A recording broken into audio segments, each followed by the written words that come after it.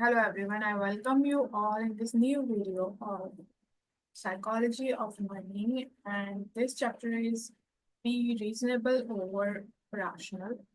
So let us start. Emotions affect us more than the calculations. Because we are human, we are emotional creatures. The same Monica Jain, and today's mantra is unlock your financial well-being. क्योंकि reasonable होना आपके emotions के साथ जुड़ा होता है, और emotions कैसे हैं, आपकी फीलिंग्स कैसी हैं, वो डिफाइन करता है कि how does money work for you. Reasonability के साथ हम लॉन्ग टर्म सस्टेन कर सकते हैं।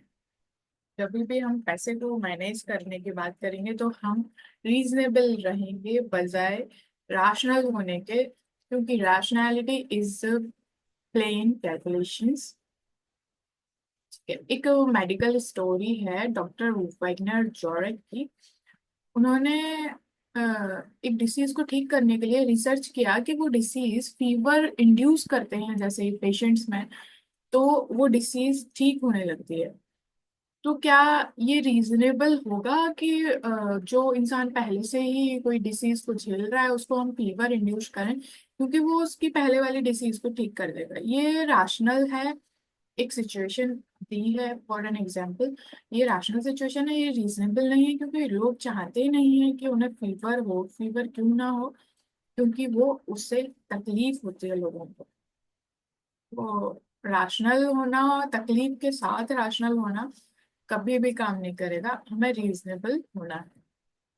आपने कहीं इन्वेस्ट कर दिया बिना सोचे समझे, और जैसे ही आप फेल हुए तो आप वहां से बहुत जल्दी क्विट कर देंगे।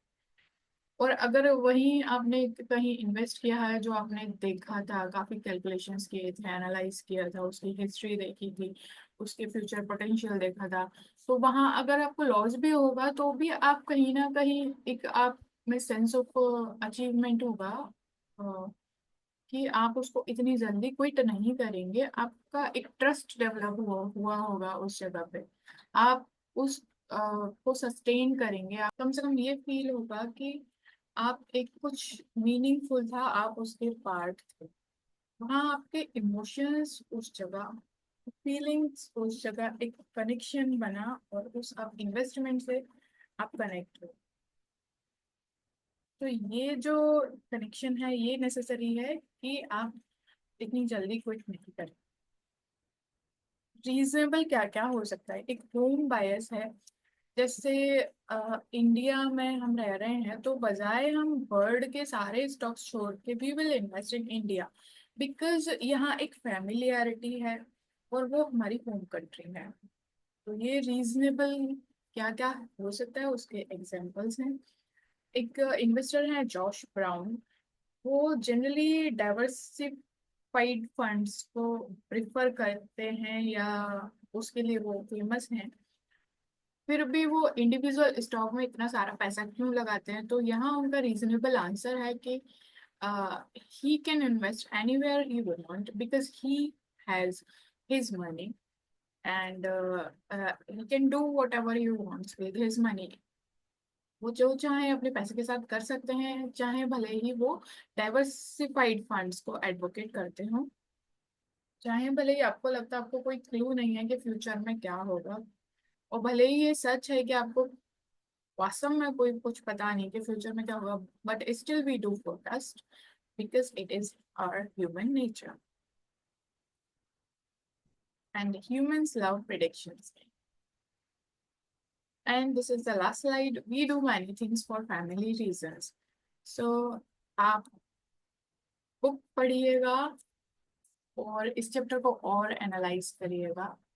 ब्रीफ समरी मैंने दे दी है। This is the core, everyone should read it. And the next chapter is accept surprises over history. You are all welcome to the next video. Thank you so much. Now I will introduce you with the Anapanasati meditation, where we cross our hands, cross our legs, close our eyes, and put your hands on your lap. And you simply exhale and inhale and watch your natural breath. For how many minutes? For your age minutes. Like if you are 20, do it for 20 minutes. Thank you so much.